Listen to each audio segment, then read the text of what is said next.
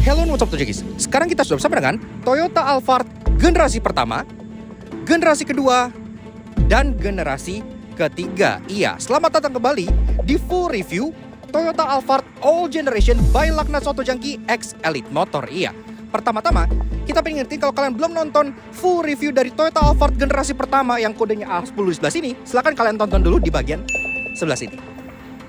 Nah sekarang kita pengen lanjut nih ke Alphard yang generasi kedua. Iya, jadi akhirnya Alphard dimasukkan secara resmi oleh ATPM Indonesia. Iya, oleh Astra ya. Karena kan ini ternyata peminatnya banyak. Orang kaya Indonesia ternyata juga banyak gitu yang suka mobil ini. Jadi kayak apa sih Alphard pertama yang dijual resmi oleh Astra? Dan kayak apa sih Alphard generasi kedua yang katanya lompatannya sangat jauh dibandingkan Alphard generasi pertama? Kalau gitu yuk kita kupas luar dan dalam. Start your engine.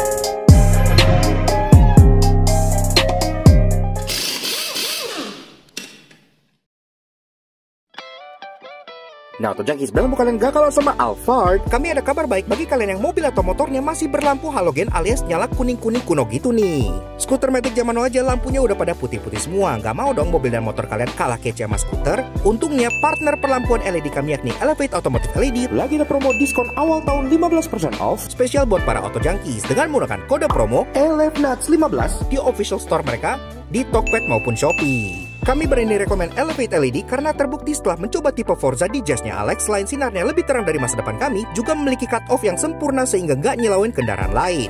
Semuanya plug and play serta kualitasnya OM grade banget. Masih nggak percaya? Boleh kok kepoin testimoni kepuasan usernya di Tokped maupun Shopee, atau cek aja Instagram resminya Elevate Auto @elevate.auto untuk menghapus semua keraguan kalian. Pokoknya kualitasnya juara banget. Dan tentunya didukung garansi resmi up to 2 tahun, so pakainya juga jadi tenang banget. Mau ganti lampu? Langsung aja kunjungi official store-nya Elevate Auto di Tokopedia maupun Shopee dan gunakan promo code LFNUTS saat checkout untuk klaim diskonnya ya guys. Dan pastinya promo ini terbatas dan tentunya limited stock pula, jadi nggak pakai lama kalau kalian pengen upgrade perlampuan mobil dan motor kalian, lakukan bersama Elevate Automotive LED untuk masa depan serta pandangan ke depan yang lebih cerah.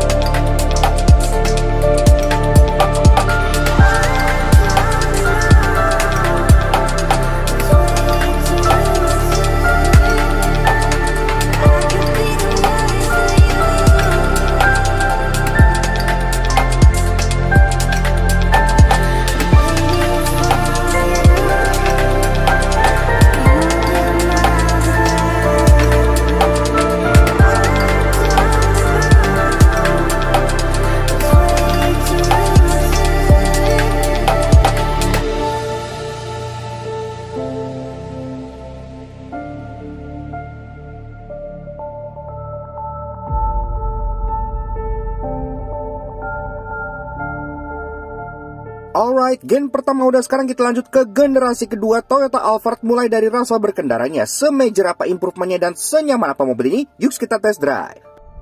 Nah Auto Junkies, Toyota Alphard generasi kedua alias Toyota Alphard AH20. Iya, ini adalah the first modern Alphard dan Alphard yang pertama kali direspon oleh ATPM resmi Toyota Indonesia gitu ya. Karena untuk Alphard yang generasi pertama yang AH10 yang pernah kita review sebelah sini, itu pure semuanya importir umum. Iya, jadi Toyota tuh belum yang masukin secara resmi.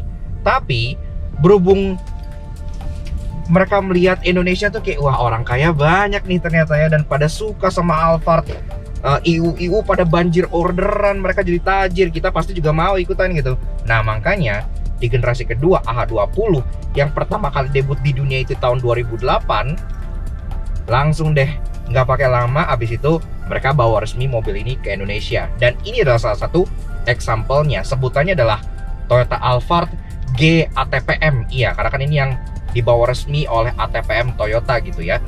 plus minus sebenarnya. Plusnya itu tentunya kalian dapat support full dari Toyota Indonesia, mulai dari servisnya, dari ketersediaan partnya gitu ya. Tapi minusnya memang secara fitur dia tidak selengkap yang importir umum, tapi ya you get what you pay, kan harganya juga lebih murah dibanding yang EU. Dan ini sebenarnya mobil menjadi musuh importir umum karena mobil ini yang bikin Alphard EU jadi kurang laku. Tapi sebelum kita bahas fitur, desain, dan interior-eksteriornya, kita juga pengen bahas rasa berkendaranya. Kayak apa sih nyetir Toyota Alphard yang pertama kali di-recognize atau di-notice oleh ATPM Indonesia?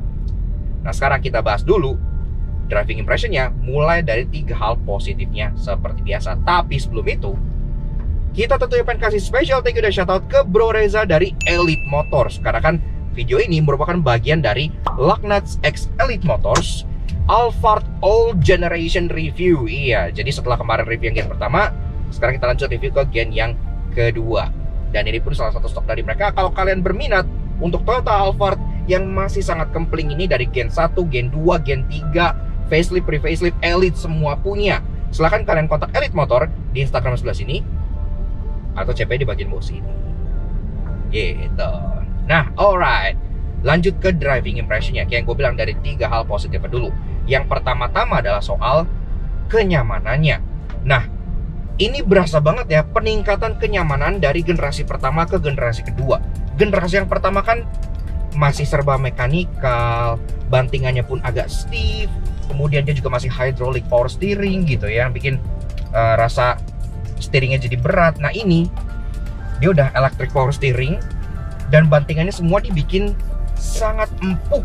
Iya, bener-bener luar biasa, ngapal banget gitu dibanding yang generasi pertamanya. Jadi kalau kalian pengen Alphard yang bantingannya mewah dan nyaman seperti naik karpet terbang, ya Alphard generasi kedua ini udah bisa kalian rasakan driving experience yang seperti itu gitu ya. Ditambah kayak yang gue bilang, setirnya kan udah electric power steering, jadi jauh lebih enteng. Radius putarnya surprisingly juga oke untuk mobil yang sebesar ini gitu ya. Jadi benar-benar terasa nyaman, floating, dan cocok lah buat para orang-orang kaya di Indonesia gitu. Kemudian yang kedua adalah soal easy to drive-nya. Kalau kalian merasa terintimidasi oleh bentuk Alphard yang besar gitu ya, yang terlihat megah, dan kalian pasti pikir, wah susah nih pasti dibawanya, nih berat, gede, lumbering, terus kayak nggak enak lah dibawanya gitu. Nah, di situ kalian akan salah. Kenapa? Karena pas kalian nyobain bawa ini, dibanding yang generasi pertama, ini jauh lebih easy to drive, lebih maneuverable, dia lebih sigap gitu ya. Walaupun setirnya tidak sedirect yang awal, karena kan yang awal kan ya hydraulic gitu. Ini lebih vague, tapi dia lebih supportive gitu ya. Kayak yang gue bilang juga, radius putarnya juga masih cukup oke untuk mobil yang sebesar ini. Dan kalau kalian bawa nikung-nikung manuver gitu, ya memang dia lumbering, dia jadi kayak kapal gitu dibanding yang awal, tapi semuanya itu serba gampang gitu. Visibilitasnya pun gede gitu ya, kalian bisa lihat kemana-mana dengan sangat mudah. Jadi benar-benar terasa surprisingly easy to drive untuk mobil yang sebesar ini gitu. Jadi ketika misalnya chauffeur kalian lagi libur atau lagi pulang kampung, kalian bisa bawa sendiri tanpa merasa sebagai chore, karena ya enak dibawa sendiri pun tetap nyaman dan tetap sangat mudah. Kemudian yang ketiga adalah soal kemewahan. Nah, ini merupakan lompatan yang sangat besar gitu ya dibanding yang lama. Karena yang lama tuh dia besar, ya well, dia mewah pada eranya, tapi dia gak yang mewah untuk modern standard gitu. Tapi si Alphard AH20 ini, dia udah mewah by modern standard. Bahkan dibanding dengan Alphard generasi ketiga, ini gak ketinggalan mewah gitu ya, saking dia oke banget pada masanya. Jok baris keduanya udah captain seats, udah ada dual sunroof. Pokoknya secara kemewahan tuh ningkat banget dibanding yang pertama yang terasa B aja gitu. Soft touch semua, ada wood panel lah segala macam gitu ya. Desain dialnya pun terinspirasi dari jam-jam mahal gitu kan. Jadi ya well, memang terasa peningkatan mewahnya. Jadi kalau kalian pengen Alphard yang mewah, menurut kalian AH10 kurang mewah, di sini pasti kalian nggak akan ada masalah karena mobil yang satu ini udah terasa lumayan mewah. Namun tentunya nggak ada mobil yang sempurna, karena itu sekarang kita bahas 3 hal negatif dari driving impression si Toyota Alphard generasi kedua ini. Yang pertama-tama adalah soal performa dan konsumsi BBM-nya. Mesin dari Alphard yang satu ini itu kan sebenarnya masih sama aja kodenya sama Alphard yang A10. 2400 cc 2AZ FE inline 4 Dewa C. Nah, tenaganya 160-an horsepower dengan torsi 250-an Nm. Sedangkan Alphard ini kan membesar dari yang lama. Iya, dia memberat dengan banyak banget teknologi. Memang Alphard ini kan bukan untuk ngebut-ngebutan gitu ya. Jadi sebenarnya power seperti ini tuh adequate aja gitu. Tapi ya well, dibanding yang lama, ini sih berasa memang lebih pelan. Termasuk kalau kita bicara soal konsumsi BBM-nya, boros ya. Ya maksudnya normal sih, orang yang beli mobil seperti ini pasti rata-rata udah nggak mikirin konsumsi BBM lagi, karena kan pasti udah tajir gitu kan. Kalau belum tajir beli Alphard ya well, siap-siap aja gitu. Kita aja nih averaging ini di BSD loh ya, yang nggak macet, dan gue cuman kantor rumah showroom gitu, 1:6,7. Jadi kayak udah bang, lumayan boros. Borosnya tuh berasa gitu, kayak toto bensinnya habis lagi. Jadi itu perlu dijadikan pertimbangan. Kemudian yang kedua adalah soal handlingnya. Nah, inilah kelemahan dari EPS, karena biasanya EPS itu tidak natural dan overly aesthetic. Dan memang di sini juga sama demikian gitu ya. Dibanding contohnya Alphard yang lama kan, kalau kalian tikung begini set gitu kan, dia terasa jauh lebih natural dan terasa ada bobotnya gitu, dengan body roll yang minim pula. Ini dia ya emang sengaja dibikin enteng gitu kan, karena kan ya supaya mudah kemudikan. Alphard yang generasi kedua ini lebih tidak fun to drive dibandingkan generasi pertama yang terasa lebih mekanikal. Kemudian yang ketiga dan yang terakhir adalah seperti yang Alphard pertama juga, mobil Toyota besar, banyak komponen dan lumayan berumur, itu pasti mulai terasa rattling. Iya, dan ini lewat speed trap nih. Nah, berasa ya di belakang tuh mulai bunyi-bunyi, tapi itu masih tahap yang sangat normal untuk mobil seperti ini, karena kan mobil seperti ini itu memang dia banyak komponennya, apalagi electric sliding door gitu kan. Jadi rattlingnya sebenarnya masih wajar-wajar aja.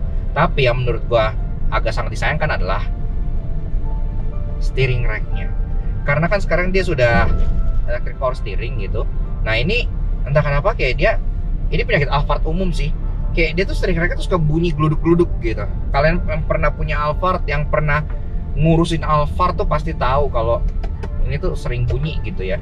Dan anehnya itu tuh nggak ditemukan masalahnya di Alphard generasi pertama. Ya, Alphard generasi pertama tuh solid as a rock, dia benar-benar lebih bandel gitu. Sedangkan ini ya lebih lembek gitu ya. Ya seperti yang dibilang oleh semua orang, if you put more tech in a car, more things to go wrong. Jadi di sini juga seperti itu. Tapi secara overall, menurut gua minusnya itu nggak cukup buat bikin gua deal break. Kenapa? Karena Alphard AH20 ini sebagai the first modern Alphard, menurut gua udah menawarkan sesuatu yang mewah, namun dengan harga yang sekarang udah sangat-sangat masuk akal banget. Alphard kan barunya mehong banget gitu kan. Ini secondnya harganya udah make sense banget, lebih murah dibanding Honda HR-V bahkan. Jadi kalau kalian tertarik buat merasakan gimana rasanya menjadi orang kaya di Indonesia gitu ya, yang punya kereta kencana kayak gini dengan budget yang mungkin belum mencapai miliar-miliaran, Alphard AH20 ini udah menjadi opsi yang sangat menarik sekali, karena mewahnya dapat captain seat, dapat ruangan sangat lega gitu ya, dapat teknologi yang mumpuni, tapi dengan harga yang sekarang sudah bisa dibilang bargain banget. Eksterior masih mewah dan elegan, berbasis dari Toyota FTMV konsep yang ternyata tidak terpaut jauh dari versi konsepnya, sehingga tampil timeless.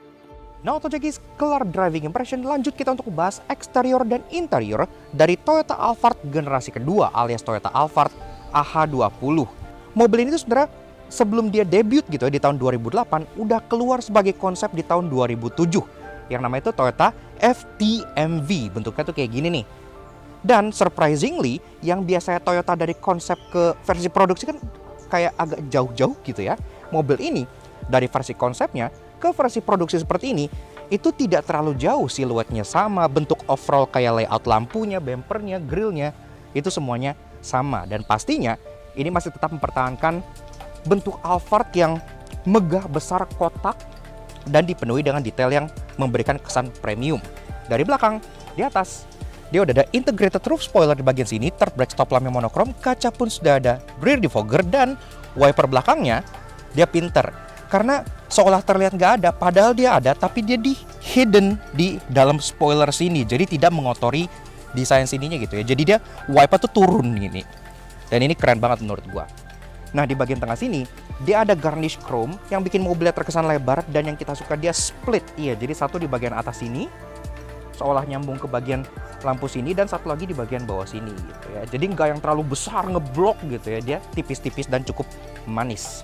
Ke bawah, sebenarnya aslinya ada logo Alphard gitu ya. Ini sendiri kan dia merupakan Alphard ATPM, jadi Alphard tipe G ATPM yang jual resmi oleh Toyota Indonesia, karena Toyota Indonesia melihat peluang bahwa di Indonesia ternyata banyak orang kaya dan Alphard itu cukup digemari, makanya akhirnya mereka masukin sendiri. Jadi mobil ini musuh importir umum ya gitu, karena bikin Alphard EU jadi nggak laku. Nah, ke bawah, bumper ini juga desainnya lumayan agak-agak ada unsur sportinya karena dia turun seperti ini, dan ada mata kucing cukup sipit di bawah sini. Untuk urusan safety, dia udah ada 4 titik parkir sensor di bagian bawah sini, dan juga ada kamera mundur yang diletakkan di bagian sebelah sininya. Dan masuk ke bagian taillights, ini juga mirip banget sama konsepnya ya, karena dia modelnya tuh kayak turun melancip seperti ini, dan dia pun memang dia belum LED, jadi dia untuk lampu senja dia bohlam 2 di bagian bawah sini. Untuk lampu remnya baru LED dots di bagian tengah. Untuk lampu sein bohlam di bagian atas, dan untuk lampu mundur dia misah sendiri mikanya di bagian sini yang seolah menyambung ke bagian chrome sininya, dan juga masih bohlam biasa.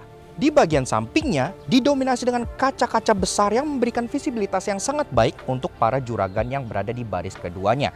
Kemudian, hal dari Alphard generasi pertama yang kita suka yang dipertahankan yang tidak dimiliki oleh Elgrand adalah hidden sliding door railing. Iya, karena kan kalau Elgrand di generasinya itu kan kayak expose di sini gitu ya. Dia menyatu ke bagian kaca sebelah sininya. Jadi bodinya lebih clean dan lebih enak dilihatnya.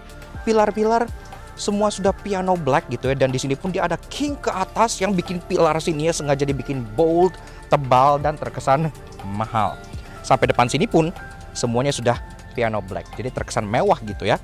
Door handle model grip type, dia pun sewarna body tapi tetap ada aksen chrome-nya di bagian luaran sebelah sini, dan akses keyless entry memang hanya ada di kedua pintu depan aja.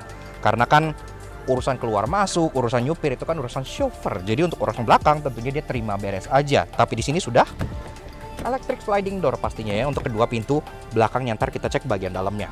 Nah, di bawah sini dia cukup polos, dia nggak ada side body molding ataupun side skirt gitu ya. Jadi simple seperti ini aja. Tapi tarikan garis Alphard tuh memang udah lumayan bold. Satu di sini, ada satu yang dari fender depan langsung menghilang ke bagian sini gitu ya. Jadi walaupun dia polos tetap ada aksennya gitu. Nah, masuk ke bagian spion. Spion ini juga sewarna body dan dia masih di mount di pilar, sayangnya belum di pedestal sini ya. Tapi at least dia diberikan kaca besar di bagian pilar A-nya yang membantu visibilitas sang driver. Ini sendiri electric retract, auto retract, electric adjustment, termasuk ada lampu sein juga di bagian sebelah sininya. Dan untuk kacanya dia ada hue birunya gitu kayak mobil-mobil JDM. Walaupun sayangnya untuk tipe yang GATPM seperti ini tidak diberikan kamera 360 karena mungkin Toyota assume supir-supir Indonesia itu sudah jagoan kalau nyetir gitu kan. Oke, lanjut bahas soal kaki-kakinya. Pertama-tama seperti yang gue bilang, untuk ini yang dijual oleh ATPM secara resmi di Indonesia itu kan Alphard yang tipe G ya, sebutannya itu G ATPM.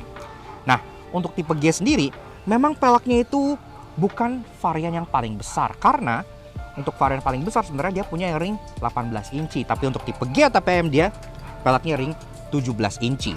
Dan masih lumayan sederhana ya, karena dia single tone warna silver gini aja, tidak two-tone-two-tonan. Dan secara desain dia modelnya turbin agak nutup seperti ini. Ya oke lah, modelnya cukup elegan. Dan dia pun dibalut dengan ban Dunlop SP Sport dengan ukuran 21550 R17. Pengereman depan cakram, belakang tentu cakram, karena kan ini mobil custom mewah gitu ya. Untuk urusan safety dia juga cukup oke gitu. Dia udah ada ABS, EBD, BA, traction control, vehicle stability control gitu-gitu sudah ada. Walaupun kalau dibandingkan Alphard generasi pertama yang waktu itu kita review yang di sini nih, itu kan udah cukup canggih pada masanya, udah ada lane departure warning gitu-gitu ya. Tapi ini karena dia varian yang G, safety yang advance aneh-aneh kayak gitu memang ya dia belum ada. Dia mengandalkan safety dari sang chauffeurnya aja. Dan akhirnya sampai kita untuk bahas fascia depan dari si Toyota Alphard generasi kedua AH20. Nah, jujur ya, dari semua generasi Alphard, generasi pertama, generasi kedua, generasi ketiga, yang desainnya itu menurut gua paling manis adalah generasi kedua ini. Kenapa? Karena yang generasi pertama itu udah mulai terasa jadul dan usang. Yang generasi ketiga, yang Transformer dengan grillnya yang ngejeblek ke bawah gede, itu menurut gua agak trying too hard banget untuk terlihat mahal gitu, yang terlalu in your face. Generasi kedua ini, apalagi yang facelift begini, ini tuh yang paling pas, elegan, dan timeless menurut gue. Tapi walaupun begitu ada beberapa orang yang bilang desainnya agak bland, tapi menurut gue sih cakep-cakep aja. Nah, di bagian depan sini, tetap tenang aja, grillnya tetap besar dan tetap terlihat seperti mobil orang kaya dengan aksen chrome yang melebar sampai ke bagian hood sini gitu ya. Karena kan semenjak facelift grillnya juga membesar, bagian dalamnya warna abu-abu, dan di tengah ada logo kebanggaan warga Indonesia. Ya, tameng seperti ini yang menjadi simbol status kalau kalian naik Alphard MPV-nya orang kaya. Di bawah dapat aksen chrome lagi di bagian opening sini ya. Jadi aksen chrome-nya lumayan banyak, tapi untungnya di bagian airdam bawah sini cukup polos seperti ini aja, kita cukup suka. Desain bumpernya juga seolah tersenyum, menunjukkan kewibawaan dan kebahagiaan orang-orang kaya. Nah, di bagian samping, fog lamp housingnya juga dapat aksen chrome lagi, tapi ya oke lah, cukup kecil, kita cukup suka. Dan kalau bicara urusan safety, di bagian depan udah dapat 2 titik corner sensor. Walaupun seperti yang gue bilang di samping, mobil ini belum dapat kamera 360, jadi di sini masih polos aja. Tapi kan rata-rata di chauffeurin, jadi kalian bisa mengandalkan chauffeur 360. Nah, urusan lampu, di bagian bawah fog lamp bulat, tapi masih halogen biasa aja. Nah, tapi di atas dia udah cukup ya modern pada zamannya. Kenapa? Karena walaupun dia nggak full LED, tapi at least di bagian sininya proyektornya sudah HID. Jadi udah putih, nyalanya kalau malam udah cukup keren lah.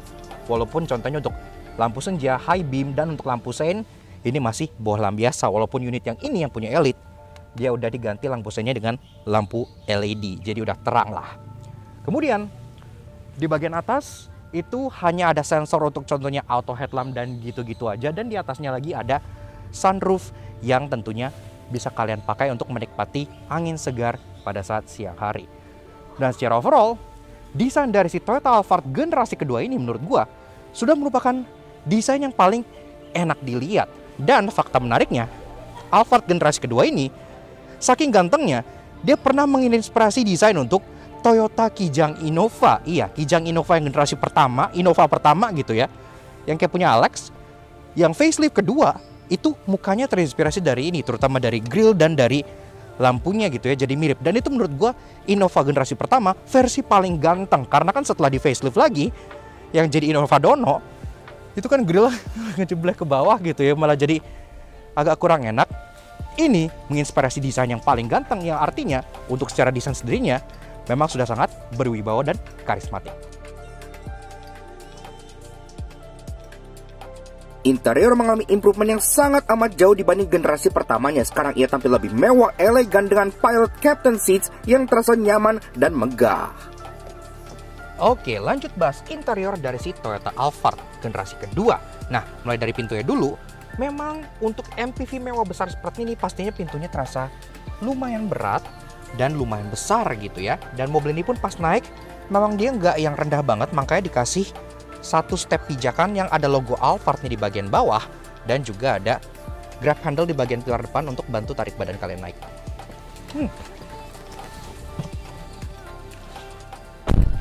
So, begini guys interior dari Toyota Alphard generasi kedua alias Alphard AH20. Sebelum kita bahas desain, fitur, dan apa aja beda dengan Alphard generasi pertama di sebelah sini, seperti biasa, kalau kalian suka dengan karya kami, kenapa nggak kalian support kami di channel? Klik tombol like di bawah dan klik tombol merah terusnya untuk subscribe ke channel Kata Soto Jangki.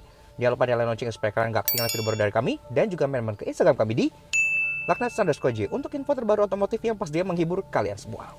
Oke, pertama-tama kita kenalan dulu dengan kuncinya ya.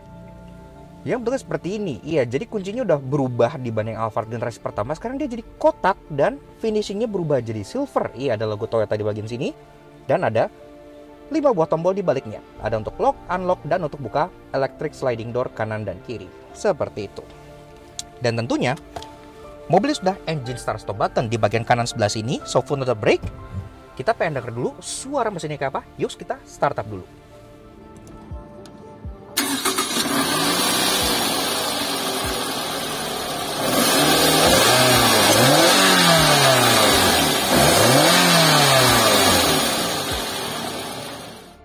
Nah, Auto Junkies, bicara soal dapur pacu mesin dari si Alphard Gen 2 ini sebenarnya serupa dengan Gen 1 namun dengan transmisi baru. 2400cc 2AZFE inline 4 DOHC bertenaga 167 HP dengan torsi 224 Nm. Iya, tenaga dan torsinya naik dikit nih. Yang di-mate ke transmisi baru, CVT berpenggerak roda depan. 0-100 tuntas dalam 12 detik, memang sedikit lebih pelan dibanding yang lama. Konsumsi BBM-nya juga sedikit lebih boros dari yang lama. Kita bisa dapat dalam kota hanya 1:6,7. Ya, at least semua dibayar dengan kemewahannya yang luar biasa.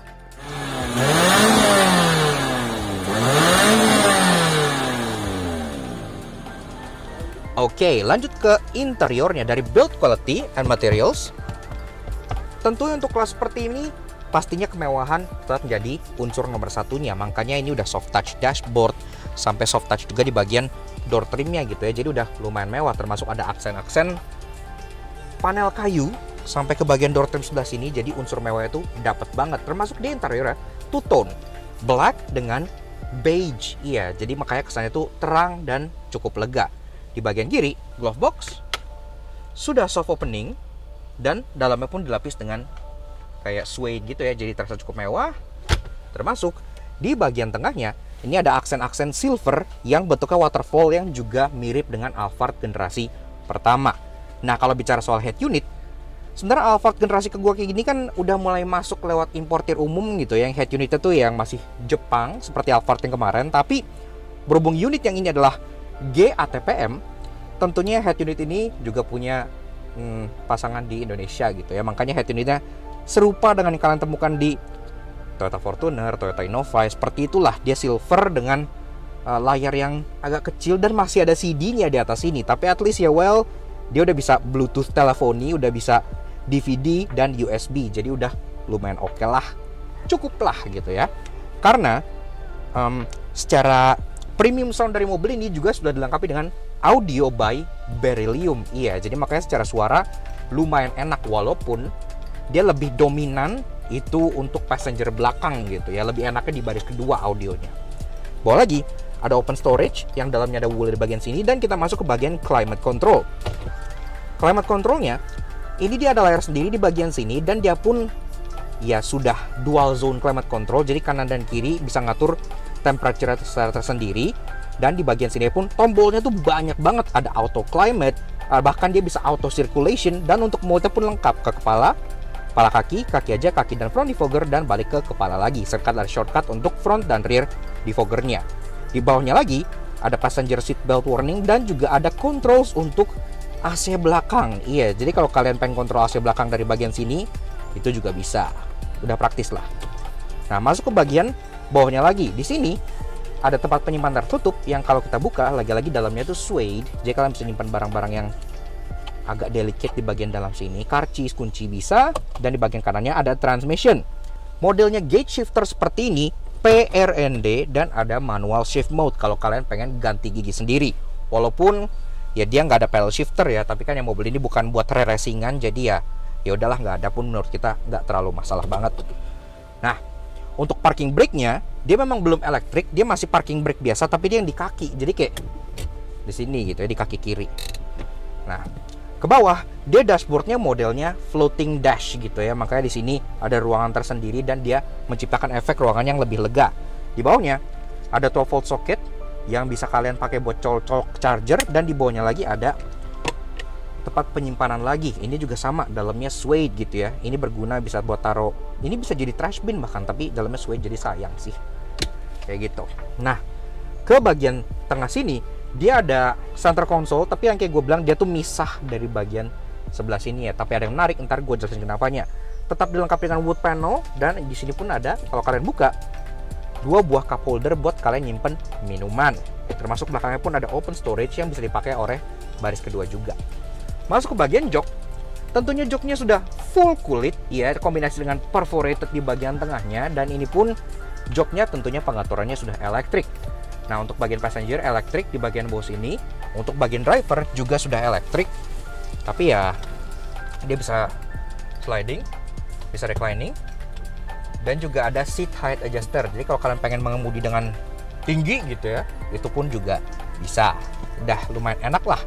Termasuk untuk bagian driver juga, kalian dapat memory seat yang tidak 1, 2, tapi dia 3 slot. Iya, jadi kalau kalian misalnya satu settingan buat chauffeur, satu settingan buat suami, satu settingan buat istri, itu bisa di-set di bagian sebelah sininya.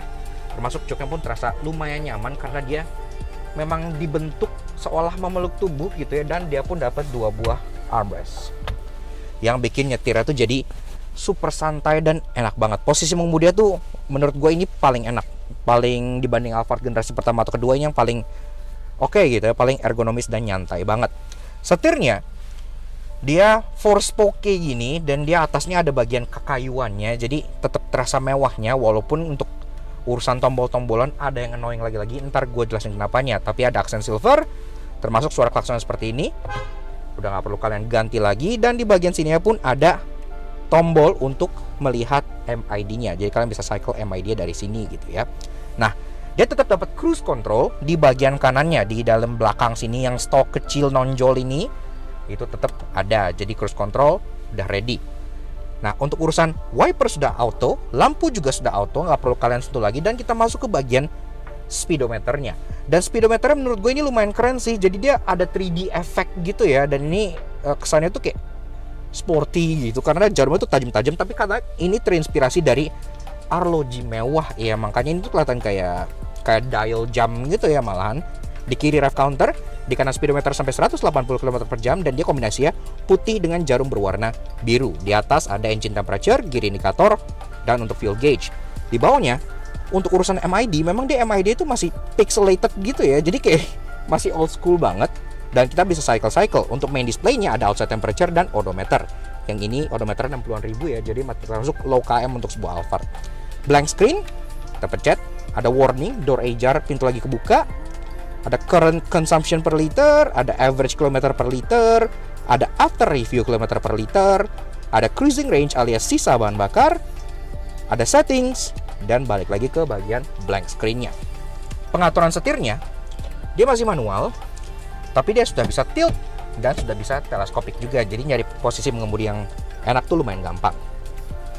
Dan untuk bagian kiri bawah sini itu ada satu buah tombol untuk matiin electric sliding door di belakang, dan di bagian kanannya ada tombol yang lumayan banyak. Jadi pertama-tama ada untuk matiin vehicle stability control, ada tombol room buat nyalain ambient light di belakang, untuk matiin parking sensor, trip meter, odometer, ambient illumination di bagian interiornya, nano E bahkan juga ada karena AC-nya kan sudah dilengkapi dengan nano E, jadi napas tuh lebih enak gitu ya. Termasuk di kanan ada untuk buka dan tutup power folding mirror-nya, dan di bawah ada tempat penyimpanan buat karcis dan kawan-kawan yang juga udah dilengkapi dengan lapisan wool.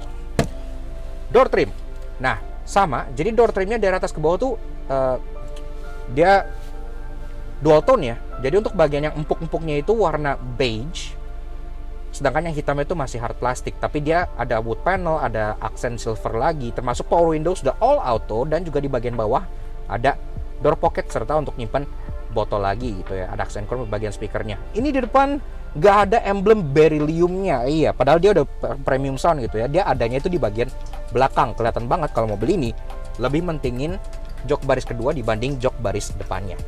Di atas kaca tengah udah day night view, jadi udah electrochromatic ya, udah auto dimming. Termasuk di bagian tengah sini ada overhead console yang ada tempat nyimpan kacamata yang lagi-lagi dalamnya wool, dan juga ada lampuan. Kalian bisa nyalain lampu yang memang tentunya belum LED, karena kan ya ini zaman kayak gini, pertama kali keluar tahun 2008, masih normal sih. Nah, ada untuk buka electric sliding door kanan dan kiri, dan juga untuk membuka sunroof di bagian belakang. Iya, jadi bisa buka dari bagian depan sini, karena sunroof bagian depan sama seperti Alphard Gen 1, dia hanya bisa di tilt aja, jadi nggak bisa di slide. Dia cuma bisa di tilt seperti ini buat pertukaran udara mungkin ya, tapi nggak bisa yang ngebuka secara full. Nah, dan di situ Elgrand masih tetap superior. Termasuk di bagian kanan kirinya ada dua sun visor yang ini empuk banget ya, kayaknya enak gitu. Dan juga dua-duanya udah ada kaca, termasuk udah ada vanity lampnya. Jadi ya udah lumayan oke lah, bisa ngaca-ngaca narsis di bagian depan sini. Tentunya sebagai sebuah Toyota Alphard kereta kencananya orang Indonesia, pastinya untuk Gen 2 ini juga udah lengkap dengan electric sliding door kanan dan kiri untuk baris keduanya gitu ya.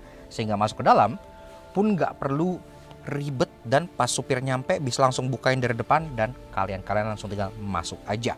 Termasuk ini juga sama kayak di depan, jadi kalian dapat one step ledge di bagian bawahnya dengan logo Alphard lagi-lagi, dan bahkan ada option untuk bikin ini kayak nyala-nyala animasi gitu ya, sehingga ada karpet yang nge-welcome kalian. Dan di bagian pilar ya sama, ada juga grab handle untuk bantu tarik badan kalian naik untuk anak-anak atau lansia jadi lebih mudah lagi. Oke.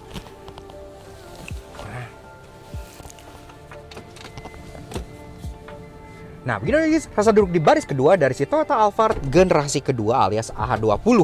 Dan di sini itu benar-benar berasa banget ya, lengkap kemewahan antara generasi pertama dan generasi kedua. Karena generasi pertama, jok baris keduanya dia modal lega aja, ya lega dengan sunroof gitu ya. Ya jadi cukup standar seperti interior Estima atau Previa. Tapi untuk Alphard generasi kedua ini dia mewah banget karena pertama-tama dia joknya sudah pilot seat. Iya, ini yang gak kalian temukan di Alphard generasi pertama. Dia besar, megah, dan terasa seperti singgasana raja dan ratu gitu. Makanya kayak duduknya kayak wih, kalian berasa jumawa banget di tengah sini gitu kan. Nah, kemudian soal ruangan juga tetap masih sangat lega khas dengan Alphard. Ini jok depan udah gue set ke posisi mengemudi gue tingginya 170 cm. Nah, dengan jok baris kedua dimundurin, di sini ada ruangan 15 jari. Jadi memang terasa sangat lega sekali. Headroom pun demikian, masih ada hampir 8 jari. Iya, jadi makanya masih lega ke atas dan lega ke depan juga, nggak masalah lah buat rata-rata tinggi orang Indonesia. Nah, joknya ini sama kayak di depan, dia kukulitan dan dia udah perforated bagian tengah dan ada isofix tethering point. Kalau kalian pengen bawa child seat juga bisa tinggal dicolok dan gampang. Dan enaknya pilot seat itu tuh kalian berasa kayak di throne gitu ya, kayak jok-jok buat para raja-raja medieval gitu. Di sini pengaturannya pertama-tama untuk slidingnya memang dia masih mechanical, jadi pakai latch yang ada di bagian luar sebelah sininya. Ini kalian tinggal maju ataupun mundurin aja. Nah, tapi untuk urusan backrest dia sudah elektrik. Jadi kalian ngaturnya ada nih di bagian luar sini nih, ada 2 buah tombol. Nah, satu buat backrest, satu buat ottoman. Jadi untuk backrest itu yang di bagian atas dia bisa recline seperti ini. Dan untuk tombol yang bawah, ottomannya alias footrest itu pun bisa kalian naikin. Jadi misalnya kalian naikin kayak gini, itu jadi wih, enak banget gitu ya. Makanya tuh orang-orang barat gitu ya, orang Amerika itu norak banget kalau ngelihat Alphard. Kenapa? Karena mereka nggak dapat kemewahan ini di Amerika gitu. Di sana kan kalau pengen van besar dapatnya Sienna gitu kan. Sienna besar tapi tidak mewah. Kalau Alphard besar tapi dia mewah dengan jok yang udah kayak Maybach gitu. Jadi kayak mewah banget. Bahkan di bagian depannya di sini itu ada hal yang menarik. Ntar gue jelasin kenapanya gitu ya. Karena ini juga turut nge-enhance kenyamanannya. Oke.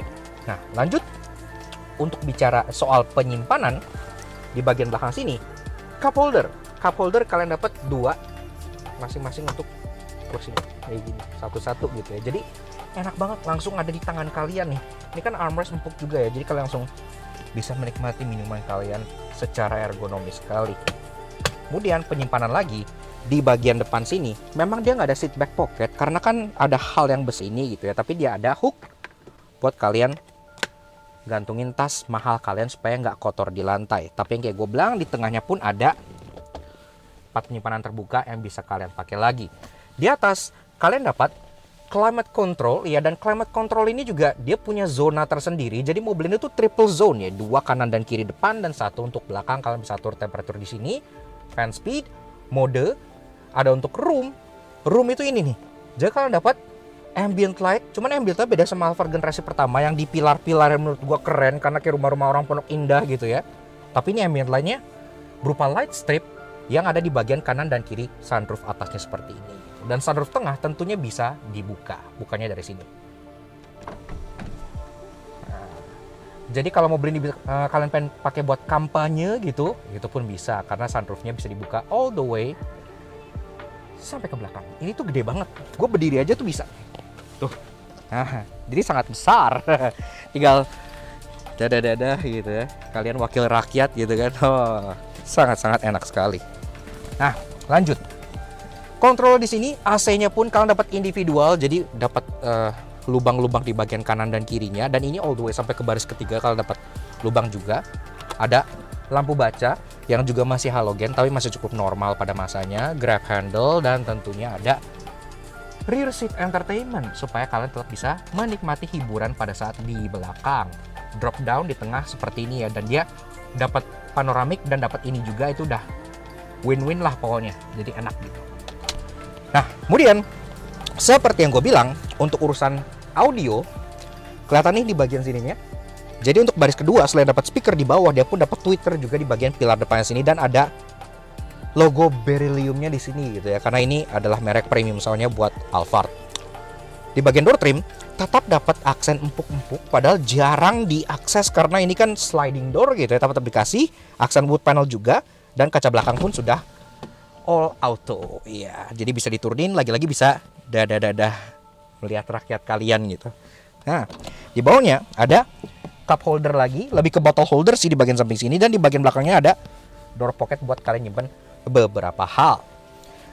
Yes, enak banget ya, nyantai banget gitu. Termasuk ini headrestnya kanan kirinya itu bisa dimajuin kayak gini. Jadi kalau kalian lagi tidur, kalian tidurnya tuh dengan penuh wibawa kayak begini gitu ya. Karena kan kalau di mobil-mobil biasa yang headrestnya tuh nggak ada kanan kiri begini, ya kalau kalian tidur terus belok gede gitu kan, jadi agak kurang berwibawa. Tapi ini tetap bisa.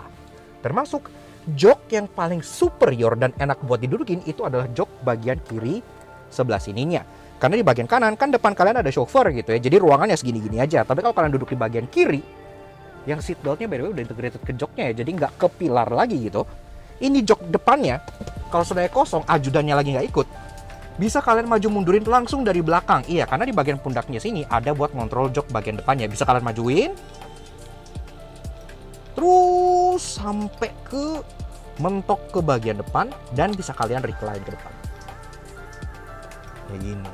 Jadi benar-benar menciptakan ruangan yang luar biasa besar banget sampai ke bagian belakang sini gitu ya. Pokoknya menurut gue ini sejak masuk Gen 2, baris keduanya udah jadi ultra mewah dan udah cocok banget lah buat dipakai oleh rata-rata orang kaya di Indonesia. Oke, lanjut bahas baris ketiga. Aksesnya sebenarnya itu ada dua cara. Kalian bisa lewat got di tengah ini, karena kan pilot seat di baris kedua ini kan captain seats gitu ya. Kalau kalian lagi nggak naikin ininya nih, karena di sini sebenarnya tuh ada ini, ada tray table wood panel dengan 2 buah cup holder, tapi ini bisa diturunin ya kayak gini. Atau kalian bisa posisi yang kayak Alex di sebelah sana ini, jadi joknya itu dimajuin kayak gini, terus kalian molos lewat sini gitu. Walaupun ini akan lebih lama ya, karena kan ininya elektrik gitu, jadi kalian harus nunggu gini gitu kan. Jadi lebih mendingan sebenarnya lewat got tengah aja. Nah.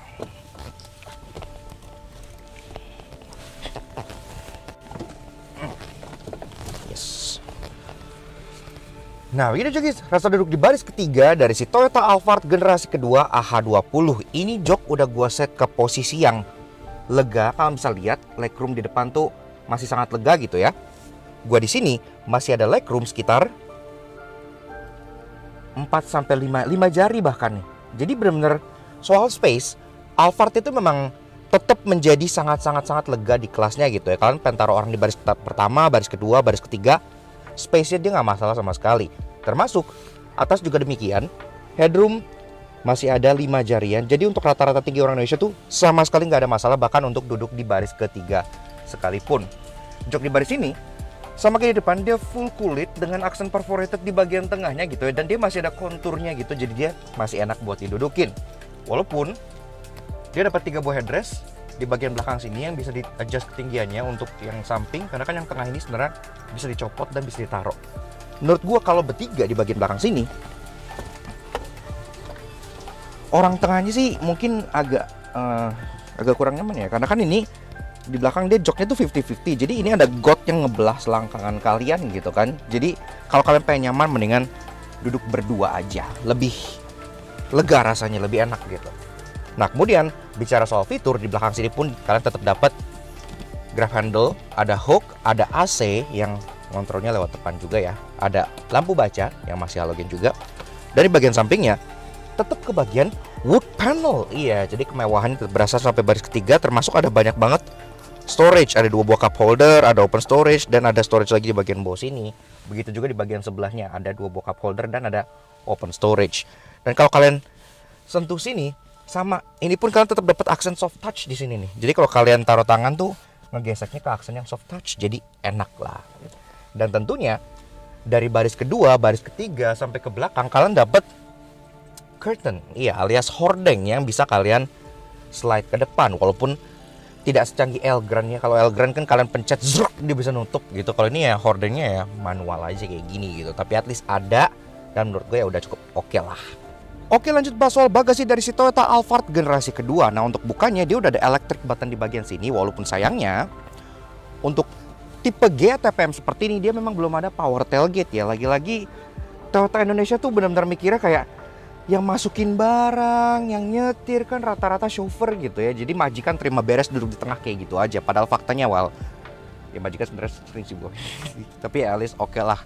Nah di sini ini jok posisinya belum dalam posisi yang paling mundur, tapi menurut gue ini udah pas untuk ketiga orangnya. Dan di sini masih ada ruangan 2 jengkal. Iya, jadi masih lumayan besar lah. Kalian pengen taruh koper cabin 2 gitu masih masuk. Koper large 1 asalkan ininya agak dari kalian ke depan pun masih masuk.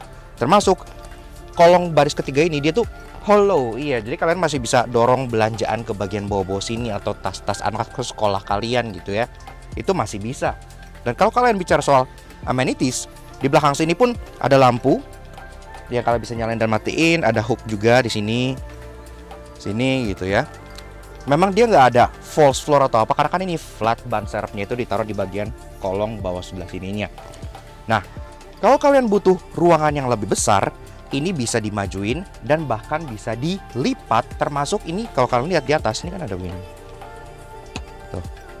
Ini gunanya adalah pada saat kalian lagi pengen fold ininya ke atas. Iya, jadi kalian tahu mobil-mobil Toyota seperti Fortuner, Innova kan kalau ngelipat kursi dia lipatnya ke atas. Begitu juga dengan Alphard generasi kedua ini. Jadi ini bisa di fold ke atas untuk menciptakan long load bay sampai ke baris kedua seperti ini. Iya, kalau seperti itu pastinya kapasitas kargonya tuh udah berasa kayak cargo van. Iya, karena memang jadi gede banget dan tidak ada interupsi dari ini sama sekali, karena ini dilipatnya tuh flat ke atasnya gitu ya. Jadi sangat rapi.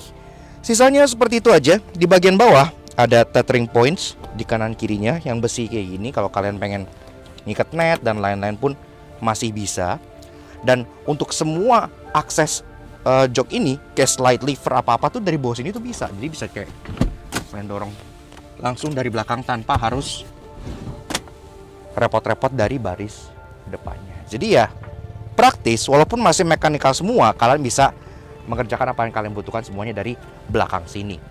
Untuk nutupnya ada coakan di sini, dan untungnya walaupun dia tidak power tailgate tapi at least udah soft close. Ya, jadi kalian nggak perlu banting pintu bagasinya, tinggal kalian rapetin dikit dia akan ngencengin sendiri.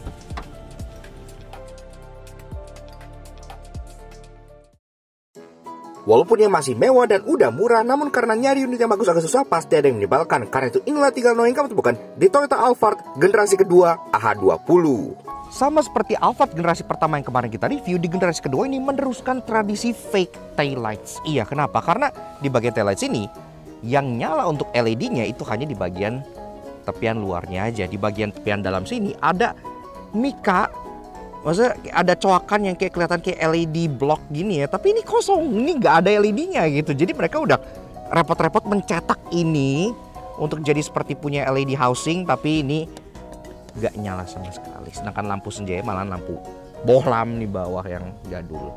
Gue ngerti banget alasan kenapa Toyota tuh nggak naruh steering switches di sini sama sekali gitu ya. Karena mungkin Toyota mikirnya kayak yang tadi gue bilang, ya yang nyetir kan supir, majikan di belakang. Ngapain kita kasih kemewahan-kemewahan di bagian setir sini. Padahal faktanya banyak kok pemilik Alphard yang nyetir sendiri gitu. Jadi ngelihat setir polos kayak begini itu agak menyebalkan. Alphard GTPM ini seolah menganaktirikan passenger yang masuk dari sisi pengemudi gitu ya, sisi kanan. Kenapa? Karena kalau di sisi kiri, kalian masuk baris kedua, kalian lihat ini kan nih. Ini adalah proyektor yang memberikan welcoming light ke bagian sini sampai ke bagian luar ya. Jadi ada welcoming carpet gitu. Di bagian sisi yang driver side tidak ada. Namun tenang, karena dengan budget di bawah Zenix, kalian udah dapat mobil Sultan yang ultra nyaman, pasti punya banyak hal menarik. Karena itu inilah 3 yang tertinggi yang kami temukan di Toyota Alphard generasi kedua. Kalau kalian berpikir duduk jadi passenger depan sini itu nggak akan nyaman, kalian salah besar. Kenapa? Karena walaupun joknya nggak semegah pilot seat di belakang, tapi jok depan sini itu tetap punya Ottoman, iya, alias footrest ya. Jadi buat para ajudan gitu yang di sini tuh segini, enak kan? Konsol box tengah yang ada di bagian antara jok depan ini itu punya hidden storage. Iya, cara aksesnya gimana? Kalian bisa lihat di sini ada tulisan slide lever. Iya, kalau kalian goyang-goyangin gini, dia nggak akan geser gitu ya. Tapi kalau kalian buka cup holder sini, terus akses di sini ada latch. Nah, ini bisa digeser, set, sampai mentok ke baris depan sini ya. Dan kalau udah, ini ada rolling door di bagian bawahnya yang kalian bisa buka lagi untuk penyimpanan berbagai hal. Dan ini dalam banget sampai bagian dalam depan sini ya. Ada alasan kenapa Alphard generasi kedua ini gak punya seat back pocket untuk kedua jok depannya. Karena di depan sini, kalian bisa lihatnya, ada mekanisme yang sangat kompleks, yaitu footrest. Iya, kalian bisa lihat di sini, soalnya footrest gitu ya. Nah, ini tinggal kalian buka aja seperti ini, turunin. Nah, ini pun dilapis dengan bahan sejenis wool. Iya, jadi kaki kalian akan terasa nyaman dan hangat. Caranya, kalian tinggal naikin Ottoman joknya nih di bagian sebelah sini. Kalau udah naik, jangan lupa lepas sepatu ya. Ini, terus kalian turunin deh. Terus tinggal kalian injek pakai berat kaki kalian. Nah, ini udah enak banget sih. Naikin dikit lagi ya temannya. Nah, wih, enak sih. Kaki kalian berasa menginjak karpet-karpet mahal rumah mewah gitu. Yaks, oke. Nah, jadi kurang lebih begitu aja sedikit fun review kita mengenai si Toyota Alphard All Generation by Lucknuts Auto Junkie X Elite Motor. Iya, gimana? Menurut kita, mobil-mobil di belakang sini itu sudah melambangkan benar-benar sebuah simbol status bagi kaum-kaum elit di Indonesia gitu ya. Karena mobilnya cocok banget sama orang Indonesia. Dia besar, dia nyaman, dia pakai Alphard. Pasti artinya orangnya mapan dan sukses, kan seperti itu. Dan kalian gak akan tebak kan, kalau yang generasi pertama seperti ini, itu harga jual secondnya sekarang sudah lebih murah dibandingkan Honda Brio. Iya, murah, tapi tetap karismatik. Dan tentunya kita pengen kasih special thank you dan shoutout ke Elite Motor, ke Bro Reza yang udah bikin kita ketiga unit Alphard ini untuk kita ulas secara lengkap di Lucknuts Auto Junkie. Karena belum pernah ya ada yang ngulas Alphard All Generation side by side seperti ini gitu. Jadi ini sangat menarik banget karena mobil ini sangat laris di Indonesia. Semuanya tentunya merupakan bagian stok dari Elite Motor. Kalau kalian tertarik generasi pertama, generasi kedua, dan generasi ketiga yang kondisinya masih sangat oke ini, silahkan kalian kontak Elite Motor di Instagram sebelah sini atau CP-nya di bagian bawah sini. Atau cek description box di bawah, semuanya udah kita cantumin juga di sana gitu ya. Pokoknya stoknya masih sangat-sangat elite banget, luar dan dalam, dan pas lagi nyetir juga masih sangat-sangat enak banget seperti itu. So thank you banget Bro Reza, thank you banget Elite Motor, dan thank you banget ke kalian semua yang udah nonton ketiga episode Alphard series dari kami ini. Kalau kalian suka dengan karya kami, kenapa kalian support kami jangan subscribe ke YouTube channel kami Lucknuts Auto Junkie. Kepoin juga sosial media kami untuk Instagram kami Lucknuts Auto Junkie sebelah sini. Supaya kalian selalu up to date dengan review mobil yang unik seperti ini. Contohnya seperti Alphard Gen 1 ini ya. Masih jarang yang ulas ya seperti ini. Seperti itu. Oke, sekian aja sih review Alphard All Generation by Lucknuts Auto Junkie X Elite Motor. We'll see you guys again in the next video. Ride safe and Godspeed.